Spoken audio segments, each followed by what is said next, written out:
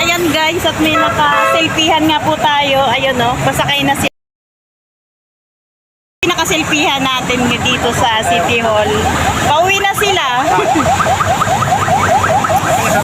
Ayan guys, at dito po kami, inaantay po namin yung dalawang bata, si Ashley at si GD, dahil may kakainan po kami.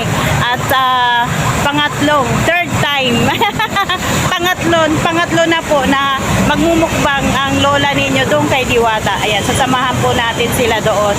Ayan, nagantay lang po kayo.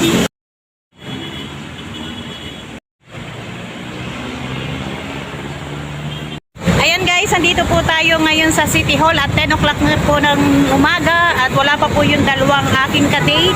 Ang kadate po namin ni Manoy ay si Ashley at si Jade. Ayan, first time po nilang pupunta ngayon kay Diwata. Siyempre, ako po pangatlo na.